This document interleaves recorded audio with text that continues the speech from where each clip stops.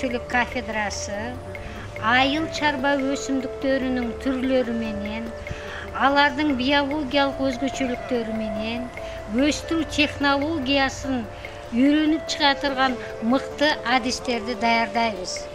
Биздин Кыргызстандын климаттык шарты даандуу өсүмдүктөрдү, ошондой эле тоют өсүмдүктөрүнүн көп түрлөрүн өстүрүүгө шартымыз бар мамлекет болуп эсептелебиз.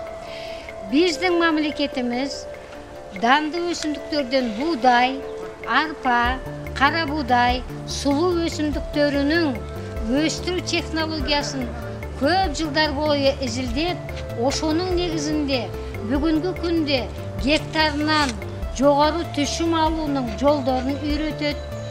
Жогору гана түшүм алынып гана койбой, сапаттуу түшүм алууду үйрөнүп чыга турган мыкты адистерди даярдайт. Бүгүнкү күндө биздин Кыргызстанда даандуу өсүмдүктөрдүн ар бир гектарынан жакшы технологияны колдонуунун негизинде 40 центнерден 60 центнерге чейин дан алса болот.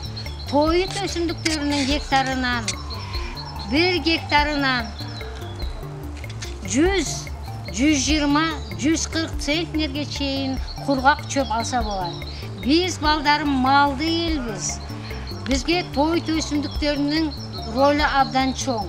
Ошол тоют өсүмдүктөрдүн ишинен бүгүнкү күндө чоң кызмат кылып жүргөндөрү чанактуулар тукумуна жаткан өсүмдүктөрдөн эспарцетти жана беде өсүмдүгүн айтып кетсем болот.